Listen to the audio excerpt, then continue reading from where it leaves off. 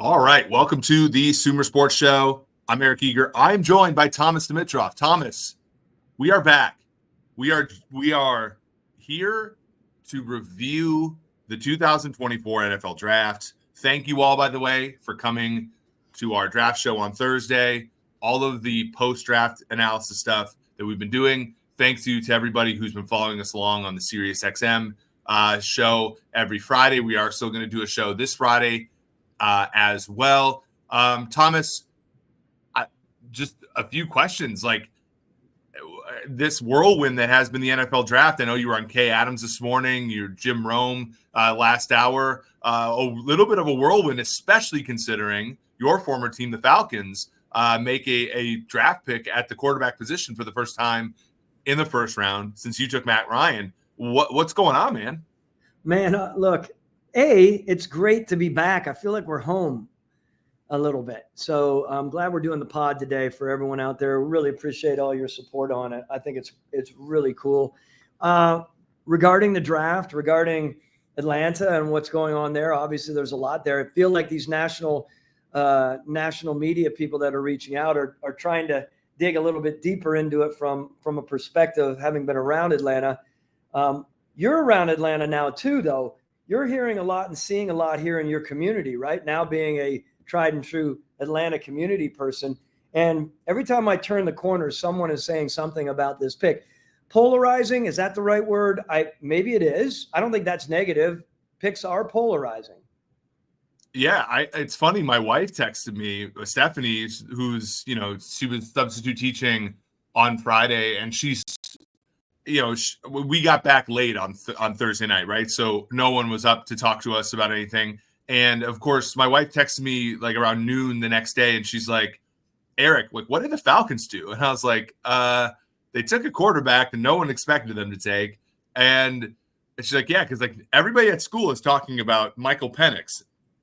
And I think that's like a fair characterization. I was on this network called the Hammer Betting Network, and they were asking all of us to do a little bit of a mock draft, and they did a mock draft of kind of like what you would do versus what you think will happen. And I had the Falcons at 8, and I took JJ McCarthy with the what I would do situation because and you and I have talked about this, and I think you were ahead of this. Like, I don't necessarily think Kirk Cousins is the long-term answer quarterback.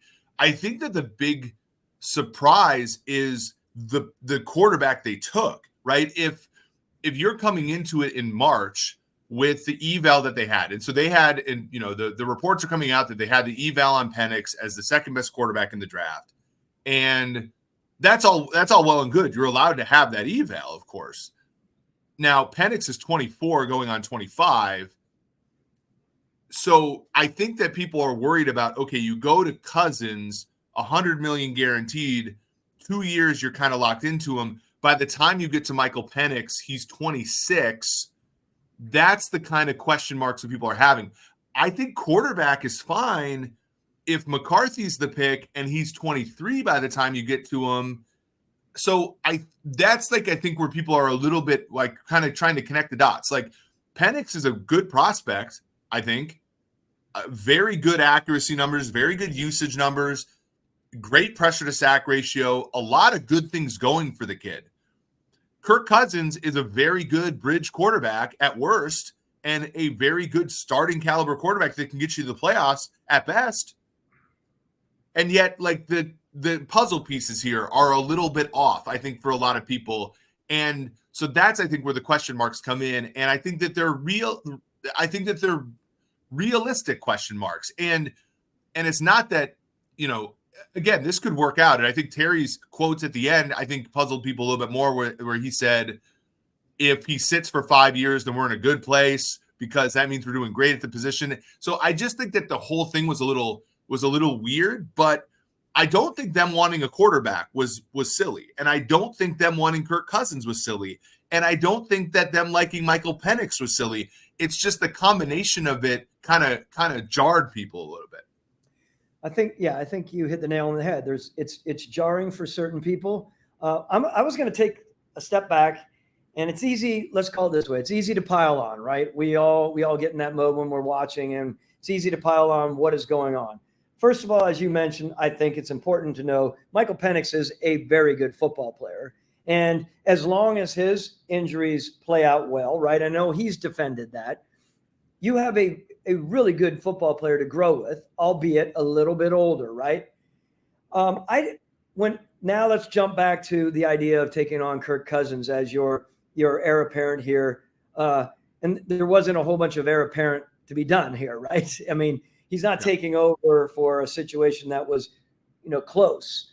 I think this organization, I'm not speaking for Arthur Blank, but knowing Arthur, knowing how competitive he is, they want to win, and they want to win now, right? That's a big thing. And I think as we're looking at this, they know how important it is to bring a quarterback in.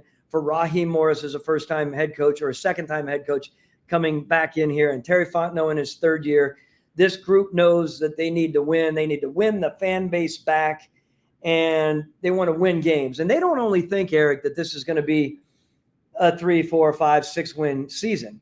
Their plans on having Kirk Cousins in here, I would imagine, not that anyone told me that out of their building, of course. I want to make that clear, that this is a lot of wins. This is deep into the playoffs and maybe making a run for the Super Bowl. You're not paying $45 million plus for someone who's just a rando, right?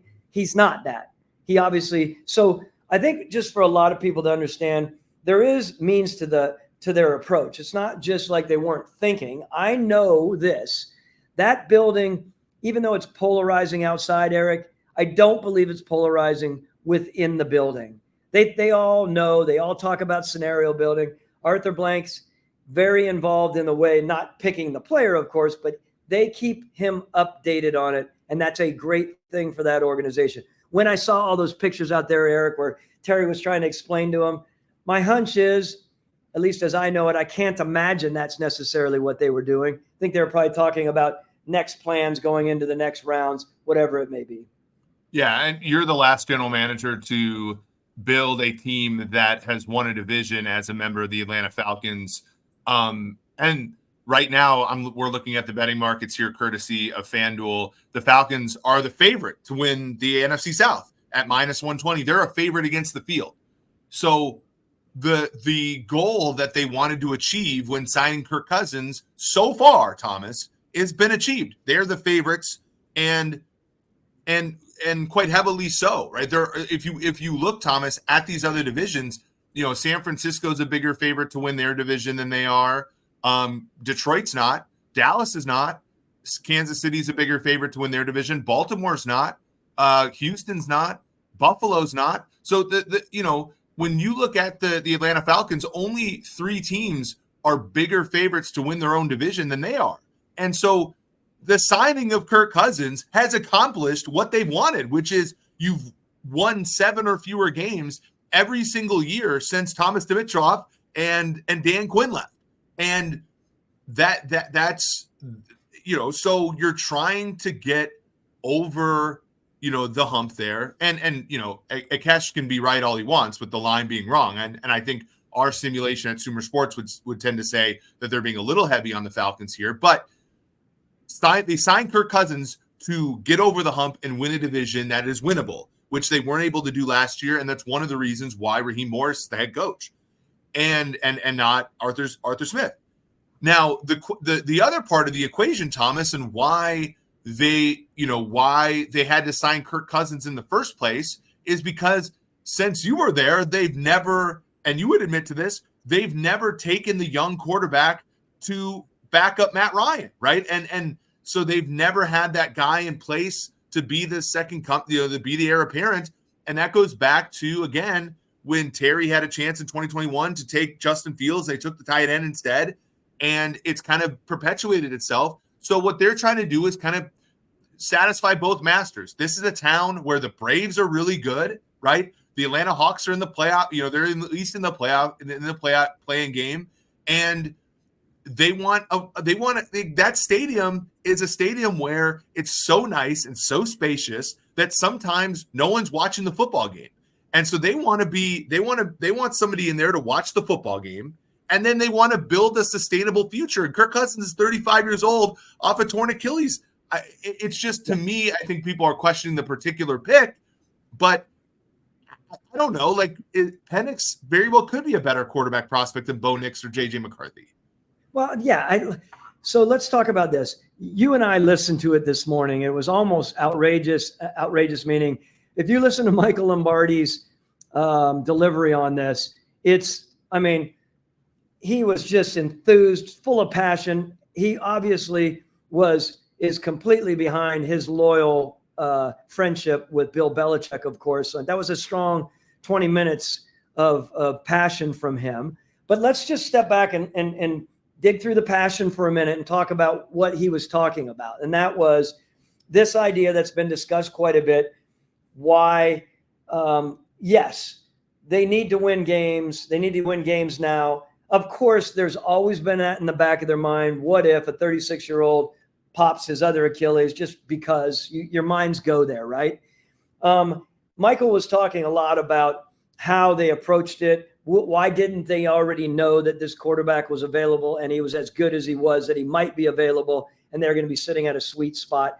What do you feel about that approach? And this is not about Michael's his dig at Terry Fontenot. No. It's more about the idea. Let's break through all of that for a minute. The idea of that. When you're going into free agency and you know that this quarterback is potentially available, do you still, from your perspective, snap that free agent tag off the board and go after $90 million commitment? Well, what's the alternative? I mean, Desmond Ridder was somewhat of a flop for them. I mean, Sam Howell was available. And I know Michael had a take that he thought that Sam Howell was a better alternative to Washington than Jaden Daniels was, right? So it shows the variability in quarterback opinions among even people who have sat in that chair before. I think that,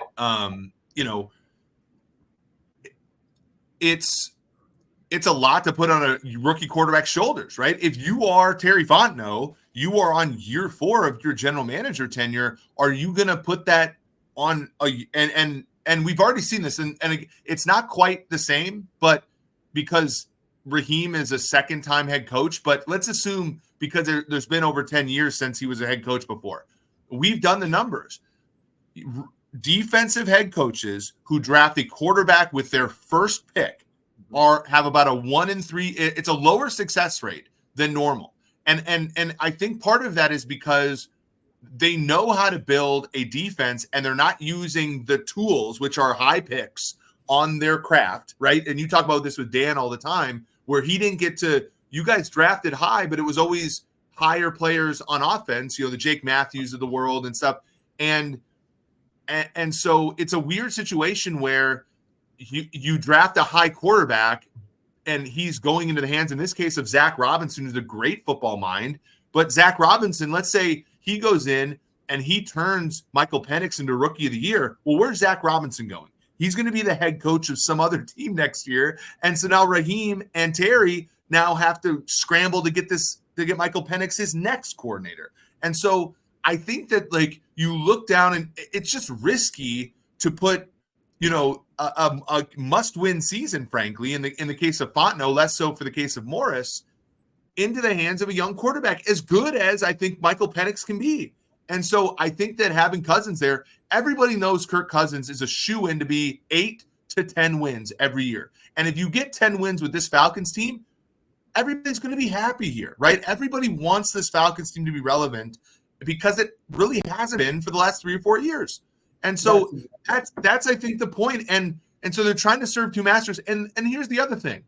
And no one wants to hear this because, and especially not probably not you, because you love, the whole game and you love scouting everything. And I'm kind of more the analytics guy. But if Michael Penix hits or if Kirk Cousins hits, none of this matters, right? If Kirk Cousins throws for 40 touchdowns this year, the fact that they didn't take Dallas Turner at 8 doesn't matter, because there's going to be so much meat left on the bone for them that, and if Kirk Cousins sucks and if Michael Penix sucks, it's not going to, you know what I'm saying? So they're trying to get the biggest problem out of the way, which is quarterback. And just like you did in 2008, right? If Matt Ryan didn't hit in 2008, we're not talking about the story, in certain ways, right? And so you get the first problem out of the way.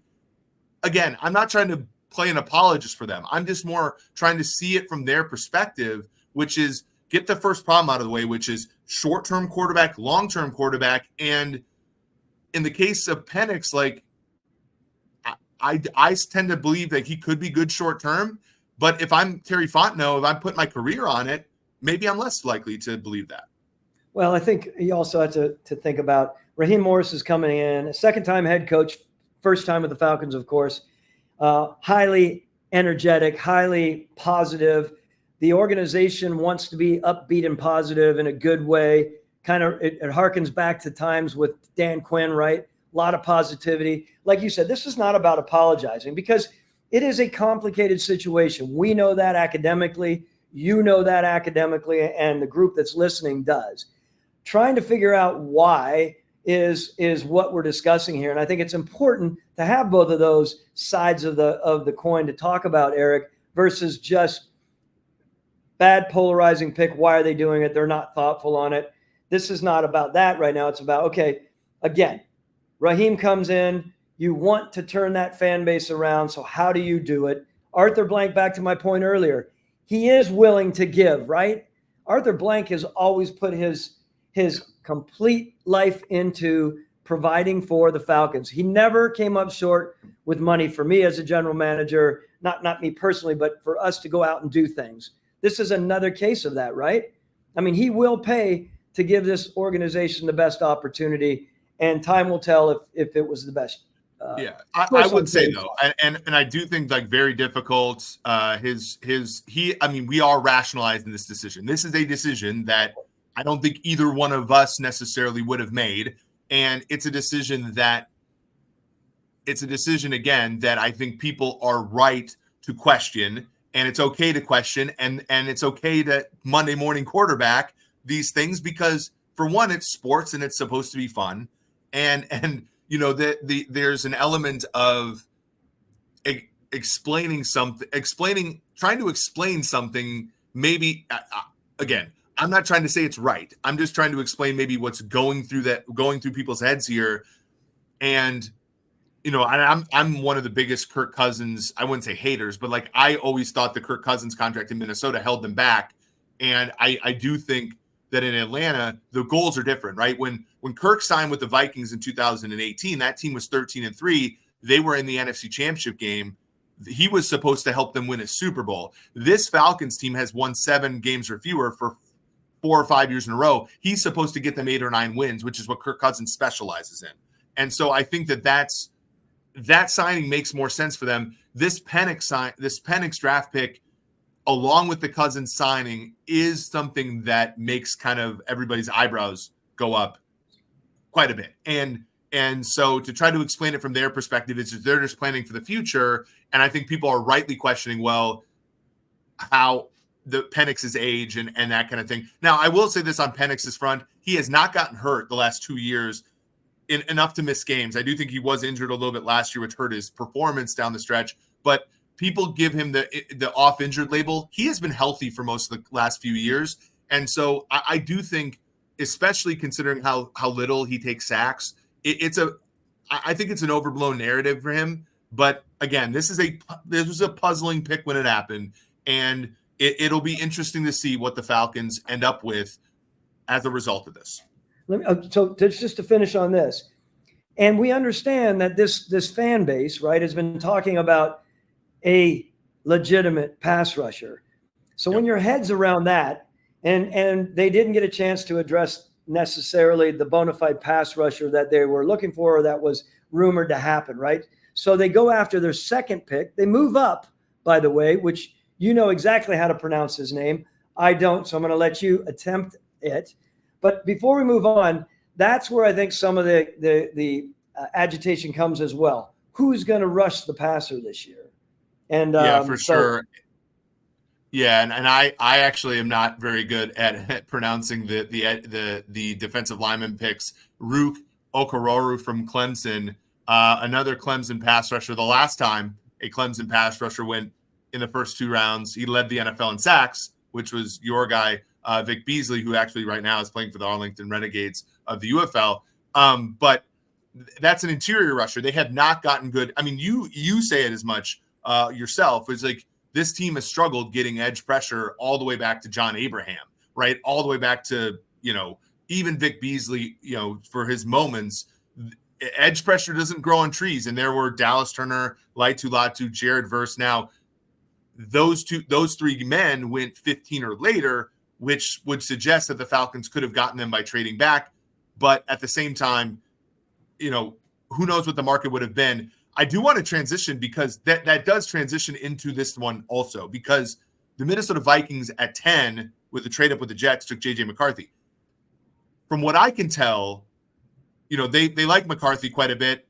It sounds like from reports that they wanted Drake Maye. There was no appetite for New England to trade back with them, even though the Vikings offered 11, 23, next year's first, so 3 first-round picks to move up, as well as some pick swaps that were advantageous. I also think that there was a chance. Now, I have not heard this reported. I have not heard this off the record at all. But there's also probably a chance that they wanted Penix. That's another reason why the Falcons probably just took him at 8 as opposed to trading back. I'm just reading the kind of board here.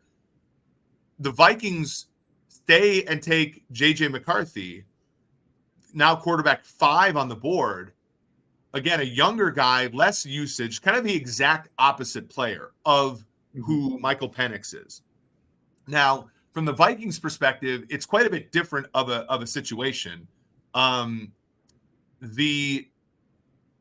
thing about the Vikings in this situation is it's kind of the opposite, right? Like the Vikings have had 13-win seasons. They've kind of pressed up against the NFC Championship game in the last 5-6 years, but they've also kind of bottomed out here. They're the 4th best team in this division per odds. They're looking up at the Bears, who just got Caleb Williams and Rome Odunze in this draft. They're looking up at the Packers, who just had, Jordan Love emerge this year, who just were in the divisional round. And they're looking up at Detroit, who was one bad half of football away from being in the Super Bowl. They needed to swing for the fence, and it looked like they wanted to with Drake Maye. Now they have J.J. McCarthy.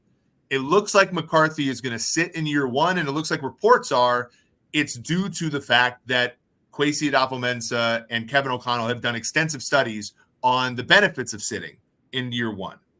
Now, there is not a ton of evidence for the benefits of sitting in year 1, and this as good as anybody. You put Matt Ryan out there, day 1, 3-point underdogs against a team in Detroit who would not win a game all year, and he went out and he won 10 games for you right away.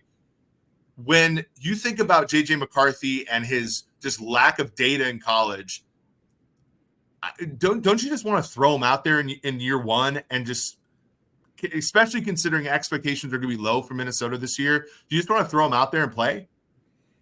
Yeah, I'm a play now guy. This has to do with what I've talked to you many times about, Eric. Not for long league, even more so than ever. It means making sure that you're seeing what he's capable of sooner than later.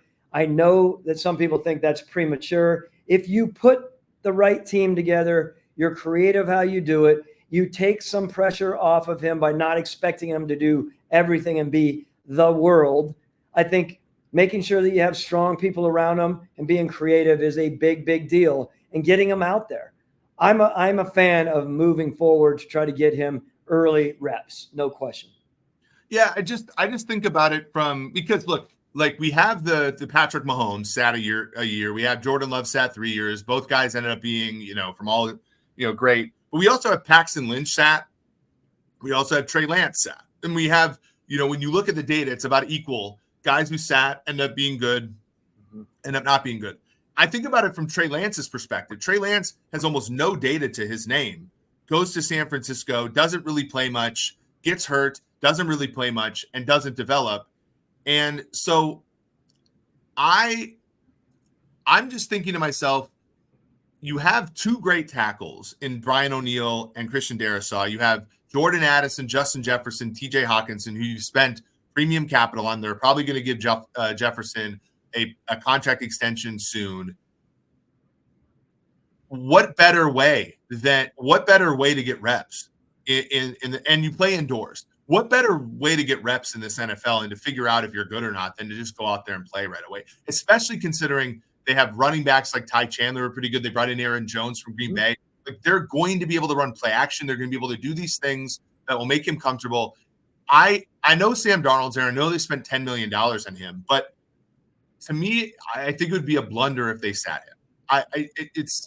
And because your future's inextricably tied to him, and you might as well find out as quickly as possible. Yeah, and I think finding out as quickly as possible means, again, making sure that you have the right people around. They have legitimate people around him, to your point, right? However, when there's kind of this new wave of people talking about maybe the Green Bay Packers approach is a way that everyone should approach it moving forward. But that's very different, right? Playing behind a guy like, playing behind a guy like Aaron Rodgers, right? It's not the same. There's different elements to it, right? When you're around a guy who's one of the best quarterbacks to play the game versus some of them that are more midline players, in my mind. So I love the competitiveness of this kid. I know he's happy to be there and everyone's happy for him. I wonder truly if they did want Michael Penix. Very interesting to think about that. But it is what it is now. I think you roll forward on it. Like I said, I think you get him playing right away as soon as possible. Yeah, I just think that you're right. I mean, it is totally different when the guy is, even Alex Smith, who, Alex Smith led the league in passing the year that Mahomes sat behind him. Alex Smith had led the team to 12 wins the year before they drafted Mahomes. Alex Smith is kind of the starter that you have that you Alex Smith is like the starter that you want to replace when you can't win a Super Bowl. But he's good enough to play over a guy like Mahomes for 1 year, even though as a Chiefs fan, I would have rather them played Mahomes and see, taking their chances that year. It makes sense. Rodgers, again, makes sense. Back in the day, the Bears drafted Jim Harbaugh while they still had Jim McMahon. The Niners drafted Jim Druckenmiller while they still had Steve Young. Like, there are tons of these examples. The Broncos drafted Tommy Maddox while they still had John Elway. Like, I think those are fine, especially when your team is good, when you take the luxury pick on a quarterback. In the case when it's like Sam Darnold or Chad Henne, or you're just delaying the inevitable, in my opinion. And if in the situation where the guy ends up being pretty good, Thomas, you waste games, right? Because you could start out 0-3 and finish the year, 7 and whatever, and then you miss the playoffs based upon games that the first guy started that he shouldn't have been starting. It's a great point. We'll be interesting to see how they play it out, though, right? And they have some veteran people there, as you know, with guys like, there's just some guys on their staff, of course, that are probably pressing for it in a certain way with Kwesi to see what's going to go on. And Ryan, Grigson, guys like that who are tried and true football people, be interesting to know what their play is on it. Yeah, let's talk, because we got a good question from Difficult here. He said, if you need a quarterback and don't trade up, how much of a reach does the player have to be for it to actually be a bad pick? Asking for the Broncos. It's a little bit of a leading question because Bo Nix was expected to go at about 32. He went at 12. We've seen that happen a few times. Like Christian Ponder comes to mind as a guy who went exactly 12 to the Vikings. Dante Culpepper was another one. 2000. So you get both sides of the coin. Culpepper ended up being pretty good. Ponder didn't. The Broncos didn't have a second-round pick. So that was going to be when they took their quarterback, or if they traded back. But trading back there weren't that many trades in the first round, Thomas, right? So I think Nix was certainly in the basin of quarterbacks, so I'm not going to skewer them for doing it. But it did seem a little bit rich for my blood to take him at 12. He has some good traits. He's a little older, but he does fit into what Sean Payton wants to do. Where do you see this one? I think the Broncos are going to do the right thing and just play him right away through thick and thin. Where do you see that one going? Because I see a possible success story here, even though the Broncos are not a great place for a young quarterback to play right away, because they're still reeling off of the Russell Wilson trade and the dead money, and having to trade Judy and having to trade let go of some of their defense. They're going to struggle as a team, but I think Bo Nix individually might get some of the best coaching that any of these young guys get from Sean Payton. I think the Sean Payton, Bo Nix thing is quite positive in my mind. I've talked about him from the beginning of evaluating these guys. He is a guy that was on my mind as it being an interesting guy. Yes, a little bit older, but he's mature. He's tough. He's a good athlete. He's going to run the ball when he needs to run it, and he'll jam it down people's throat if he has to. He's a tough, competitive person as both a runner, of course, when he has to, but also as a guy that's going to throw the ball. He's a smart football player who's a system guy, which I think is really good for Sean.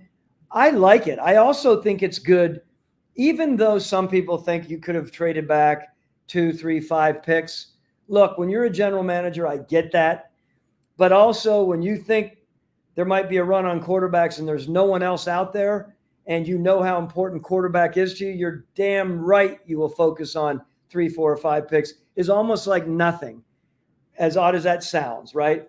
I know there's a lot of talk about it, but in lieu of missing on a player like that, because I'm sure he would have gone by, I don't know, it seems like the next 2 or 3. He would have gone with the Raiders in the next pick, Yes. right? Their division. Yes. So jump up, take care of business, and know that you have a coach that can probably out there. He's one of the best coaches to teach a guy like this to continue to learn. Again, there's a veteran element to this guy that is good. I think the team needs it. I think George Payton, who I've talked about many times, that was a tough go with him, with Russell Wilson, but here he is now in a good, solid, sound spot here for them to continue to grow and to kind of right the quarterback situation that was a lot challenging in the last couple of years.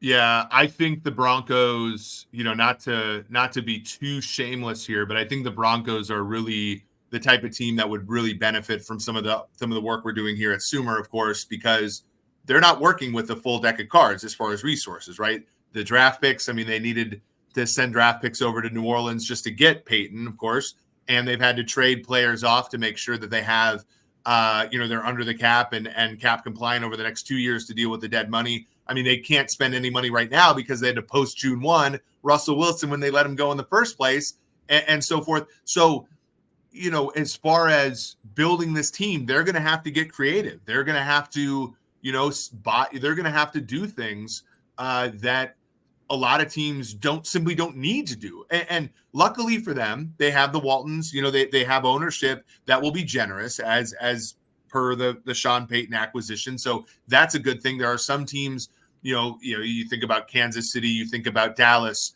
you think about teams that aren't spending a ton of money on a cash basis. And then you talk about teams like you said, Atlanta with Arthur and Cleveland and Philadelphia and Minnesota and now, Denver, who are willing to spend and prorate, have an advantage in these cases. But even then, you still have to be cap compliant, and Denver has to do some things, I think, that are going to be a little bit sharper because of what they're dealing with. Now, if Bo Nix hits, to the point I made about Penix, it's going to be easier, right? Just the same as when Patrick Mahomes hit, a lot of the Chiefs' mistakes were papered over by his brilliance. And so that should be a good thing. I want to go back to New England here because this your former place, Elliott Wolf, Gerard Mayo. My narrative was I didn't think New England was good enough to take a quarterback at 3. I was disagreed with. They took a quarterback at 3. I thought they had a really good draft up and down.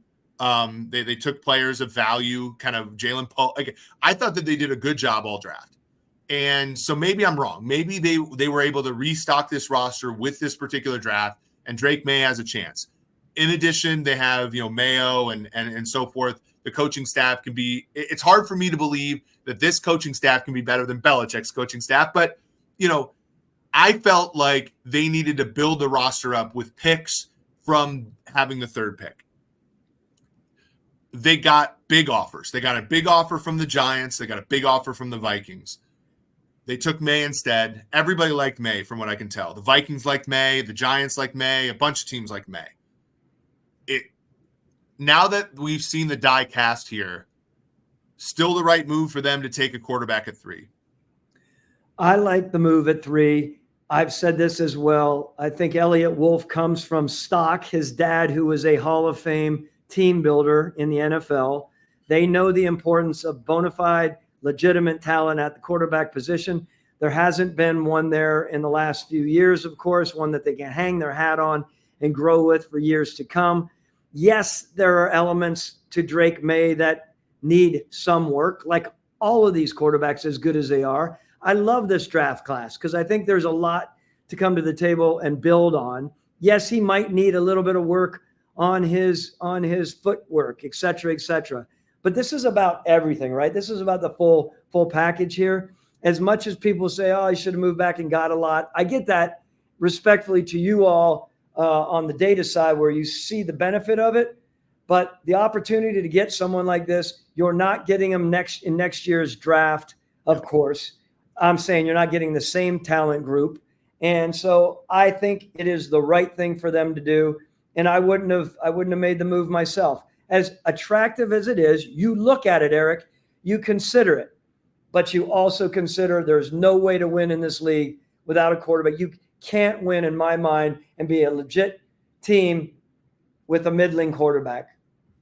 I think that that's so refreshing for you to say, because you have, like, how many football people, like, so I consider you're obviously very progressive, and, you know, we're obviously have this, you know, working relationship, this friendship. And so we were back and forth on stuff, but you are a dyed-in-the-wool football person, right? And yet you said something that I think all analytics people would agree with 100%, which is the quarterback is all that matters to a certain extent. I mean, not all that matters, but it's the necessary condition, not a sufficient condition, but a necessary condition. How many so we just saw a draft where 6 quarterbacks weren't in the first 12 picks. Is that, I started to wane on my opinion that the NFL believed what you just said, which is that you can't win without a premium quarterback. And yet in this draft, we got rebutted on that. Like, the NFL just bellied up to the bar and said, no, like, we're going to try to get our franchise quarterback. Because I felt like over the last few years, and this is one of the reasons why I was skeptical that we get all 6 guys in the first round, because I felt like over the last few years, we saw guys pass on we pass on Will Levis. We saw guys like pass on Malik Willis and guys, and maybe just they're better at evaluating quarterbacks than the public. And they're just like, those guys suck. But can you expound upon, like, that does appear to be Elliot Wolf's opinion, Ron Wolf's son, right? That you cannot win without a great quarterback. And do you think that the majority of the league now has that opinion? And not only that opinion, but the one that you said, which I think is a little stronger, you cannot win without a quarterback who is a blue chip type player, a top 12 draft pick. Yes. And remember, you're talking about not only the skills that Drake Maye has on the field, representing as a team member going into this is great for the New England Patriots, right? I mean, he's a smart guy. He's a top-notch leadership type individual guy.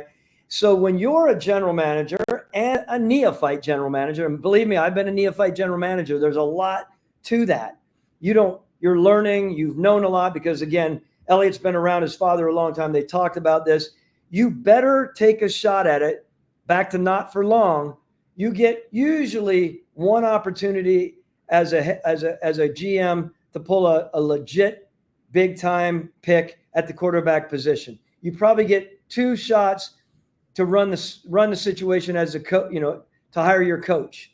This quarterback situation, if you're going to mess up, you better mess up on trying for a guy that has a lot on the table. The probability is what? How many of this group of 6, is it 3 or 4 that are going to not work out? 3, maybe 4, depending. I think the expectation is probably 4, yeah, right, that don't work, and 2 guys end up being bang up quarterbacks, right? Just like most. And it's interesting. I had Bill Polian on a different podcast, and he was saying that the difference between then and now is we pushed so many quarterbacks into round 1 that, some of those guys would have been round 2 guys later because of the way that they cost. And so the hit rates are lower now. But yeah, I mean, the hit rates are going to be a little, for a 6 quarterback draft, it's going to be probably 2 or 3 that are going to work. And I'll take that, because it's not just about 1 or 0. Like, when Matt Ryan hit for you, it was a 13-year career. It's not just, way to go. It's a long-term, successful. Falcons had never had back-to-back winning seasons, and now all of a sudden they have 3 straight winning seasons. You know what I'm saying? Or 4 straight, 5 straight, and then and you're going through that, and it ends up being the return is so phenomenal when you hit on a guy. New England, they hit on Drew Bledsoe in 1993, then they hit on Tom Brady in 2001, and you're talking about 30 years of the franchise almost moving to St. Louis, and then now being like one of the most profitable, franchises in sports history, right? Like when you hit on a quarterback, all these things shall be added onto you, and so it's totally worth it to go for these guys. And remember, all of that you're saying is so correct. It is a lot easier, and more beneficial, of course, to have a quarterback who is a good quarterback or a good to very good to excellent quarterback versus, solid when you're picking players, right? It makes that pick for a tight end that much better for you, or that pick for the receiver, or that pick for the running back, or your O-line, when you have a package guy like this that can change the production and the skills and the talent and the end-all hit on the other positions. I truly believe that. If you have some very good football players coming in, when you have a middling quarterback, it just makes everything so complicated. And the players that you think are going to thrive, they tend to take a step back because they just don't have that quarterback talent around them to shoot for the next level. And it can be, you want to talk about something that drives you nuts as a team builder when you don't have a quarterback playing for you. Again, this is obvious, but I'm just saying the stresses in that organization from day to day, month to month, season to season, and year to year, I can't even begin. And that also goes to the owner, right? You have an owner in your ear all the time. That's not a fun place to be, of course. Well, it just makes everything so much harder, to your point. Like I remember talking to one of my friends in the league, and I had done this research on weak links and how important it is to have your weakest player. And like, so for example, the 5 men on your offensive line, the most important one as far as statistically is the 5th one. The 5th best one is your offense goes as they go. But the fact is, if your best lineman is next to the 5th best lineman, it makes the 5th best lineman better. And to your point about quarterbacks is like, if your quarterback can protect his offensive line, he makes the whole offensive line, including your 5th best offensive line, better. So as a team builder, you're all of a sudden better at picking the worst offensive lineman on your team because your quarterback's better at covering him up. To your point about tight ends, same thing with tight ends. Like that first round tight end, like Brock Bowers is a great player. He goes to Vegas. Who the hell is throwing him the ball is a good question as far as whether or not Brock Bowers is going to work out. Same thing with like all these tight ends that have gone in the top 10, in the past that have failed. Well, of course, David Njoku is going to struggle with Cleveland when Cody Kessler, Deshaun Kaiser, and all these other guys are throwing him the ball. And so like there's elements to that. I know you talked about on Kay Adams' show about, trading up and trading down. Like if you trade up for a guy and your team's already good, he's going to do better than if you trade up for a guy and your team's not very good. Like there's elements to this that are apparent. The last thing I want to talk about, and I know we've been pretty quarterback centric on this, is 1983 was the last time we had 6 quarterbacks in round 1. Interestingly, in that draft, there also was no quarterback taken in rounds 2, 3, and 4. The same thing happened this year. So no quarterbacks went in the 1983 draft in rounds 2, 3, and 4, and no quarterbacks went 2, 3, and 4 in this round either. So, Spencer Rattler went in the 5th round, and Michael Pratt went in the 7th round. We talked about Michael Pratt on the Sirius show. We had a few other quarterbacks in the 5th, 6th, and 7th round. How do you interpret that? Because there's no way that there's that big of a gap between Spencer Rattler and Bo Nix from a talent standpoint. So how do you see it that as teams are just not willing to kind of do what the Eagles did with Jalen Hurts, what the Commander back then, they were called something different, but the Commanders did with Kirk Cousins and RG3? Are teams just not willing to put kind of a young guy with some potential back there? Because I look at this league and I watch kind of the pace of play. Last year, there was the average game had less than 44 points in it. And I think, how many starting quarterbacks did we have? A lot. And I'm looking at this draft. And I'm like, I love the fact that 6 quarterbacks going round 1. I'm less crazy about the fact that no quarterbacks went rounds 2, 3, and 4. Do we have a quarterback development problem, or is it rational to wait until round 5 to get your kind of developmental player? I think the latter. I think the people that needed the quarterback were going, and they ostensibly could have been pushing their need, as we've talked about, right? In other years, maybe they were second rounds. They realized, let's do it now. Let's just go for it. Let's look at the trade charts and decide we're going to make this move. And then the down the line guys that are drafted, I do maybe disagree with you a little bit.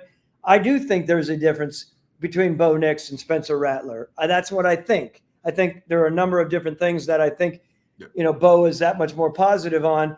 But as a team, you're thinking, okay, we have a lot of other areas here. There are some really good running backs here, some really good receivers. There are some good defenders in the 2nd, 3rd, 4th, 5th. Let's focus there, and then let's revisit for a lot of those teams that are looking for the second, the number 2 later on. And the other teams are saying, we'll get there if we get there. If not, we'll figure it out another time. It feels like that's how I would look at it probably. Like there's a lot of really good players here that we could take care of in these rounds. And the ones who really need them already picked them in the 1st round. So it's just like a little bit of a dead space right now. And it may start going that way. I don't know. Depends from year to year, of course. Yeah, I just wish – because the NFL did change a rule that was really subtle this offseason, by the way, where you can elevate a quarterback from the practice squad to be your 3rd stringer. And maybe I'm overreacting. I just don't think that that's good for the league, right? Because the rules on practice squad guys where like they're kind of transient, right? Like you can sign a guy off a guy's practice squad to be on the 53 anytime. And I can't get the image shaken from my head of the 2014 playoffs where Case Keenum started a game, or John Skelton started a playoff game. Ryan Lindley, they're all the same. Ryan Lindley started a playoff game, and he started the year with the Cardinals on the practice squad, was signed with San Diego, and then back on the Cardinals. I'm like, he cannot be developing, being transient on all these teams. Same thing happened with Case Keenum. And I'm just thinking to myself, there aren't really mechanisms for these teams to sign and stash quarterbacks and develop them. And yet at the same time, I look and I think, well, 1st round quarterbacks are cheap anyway, so why not just continue to recycle them? But it's I don't know. I look back at a league where the Jake Delomes and Brad Johnsons and Mark Bulgers and those guys were all playing in Super Bowls. And now when we get in the dog days of December and there's some bad quarterbacks who are underdeveloped playing in the NFL, and I kind of get sad for kind of the quality of play. That's where I worry about that gap between rounds 2, 3, and 4 and teams. Because if you draft a guy in round 5, there's no guarantee he even makes your club, right? Whereas if you take him in round 3, you're investing at least some time and effort into developing him. And I think that's holistically better for the NFL. I agree. And you're exactly right. The last thing you want to do is lose a player in the 3rd or 4th round. It's just not good. It's not good for it's not good for the morale. It's not good for their owner. It's not good for the GM. That's a great point. So yeah, it's just interesting. So anyway, this was fun. Okay, let's end with this. What was your favorite? Which team had the favorite draft for you? Look, I keep coming back to Howie and his ability to trade around and get what they wanted to get. I love the fact that they got a corner as they did in Quinyon Mitchell. And, because I think he is a heck of a talent. And I love the fact that they came back in the 2nd round and they didn't reach on Cooper DeJean, right? It's that way. I always wonder if it's Cooper or is it DeJean? Yeah, it's Cooper DeJean in the 2nd round. Look, there are a lot of teams out there. Arizona, I love what Monty Austinforth did, of course. And I like what, as you know, and you can talk about him a little bit, I really like what Dan Quinn and Adam Peters did up in Washington. Yeah, Dan Quinn, Adam Peters, Cardinals and Commanders, you're not going to ever get a bad grade from me for having as many picks as they had. That is, really I think that's just restocking, right? And the Commanders both the Commanders and Cardinals needed players. I think Jerry Newton, a great value for the Commanders in round 2. Obviously, Daniels is the face of the franchise now. Cardinals get Harrison, which is just a great player to pair with Murray. Murray was always at his best when you had DeAndre Hopkins there, and so forth. So I like both of those drafts a lot. My favorite draft, and I know, look, 3 months ago I could barely pronounce his name, but now I love his draft. Joe Ortiz, Corey Krawick, and the Los Angeles Chargers. I gotta say, everybody was saying, "Oh, they're going to take J.C. Latham at 5 and yada yada yada."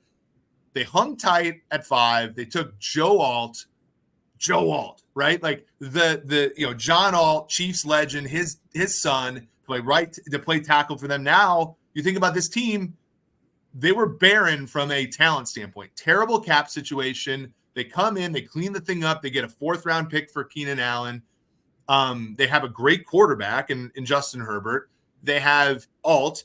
They do a pick swap. They somehow manage to trade up in the 2nd round and lose no value. Look at the charts. They figure out how to trade up without giving up a ton. They get Ladd McConkey, a guy both of us like at wide receiver, which is a great pick. Junior Colson, the linebacker from Michigan, who obviously Jim Harbaugh likes a lot. And a running back, by the way, who I really like as well, Kamal Vidal from Troy, who I know I've talked about in here. Big bowling ball kind of running back, a toughness guy that they Chargers have gotten kind of a reputation for being soft in recent years. I really like him both speed wise, but also ability. And then they get Jerry Rice's kid in the later rounds, Brendan Rice from USC. I like that draft a lot. I think the Chargers, obviously uphill battle, looking up at the Chiefs. They have not won that division since 2009. Ortiz, I think, has gone in there and done a good job in building that team. It's the long haul for them, right? Like, they're not going to go and win that division right away. It's not going to be like the Niners when Harbaugh took over in 2011. That team was ready-made, an underachieving team. This Chargers team is going to take a little bit, but I thought that their draft class was really I thought they did a really good job. I think Joe coming in there, Ortiz, with Jim Harbaugh, there's just a good synchronicity there between them both. They have the personalities that need to roll together. They, look, as well as I do, Joe coming from Baltimore with all of that background with Ozzie Newsome and that group, he's going to be a really good addition for that franchise, along with a head coach that we all know can coach. It's going to be fun to watch how those two operate coming years. Yeah, for sure. And now Tom Telesco never traded back in all those years with the Chargers. They still didn't trade back this year, but they did make some sound picks. This was a lot of fun, Thomas. People have been asking for you back on the show. The reception here has been phenomenal. The chat's been great. Thank you all for coming here on a Monday. Thank you all for coming, like I said, to the live show on Thursday. All of our content, we're going to continue to roll out content. If you don't, go to our YouTube show. We have a ton of great stuff from Mike Mayock. We have a ton of great stuff from all the folks we brought to Detroit. We want to thank our sponsor, Underdog Fantasy, for all their support for this past weekend. This has been a great time. Thomas, this has been fun. For Thomas Dimitroff, for Eric Eager, this has been the SumerSports Show.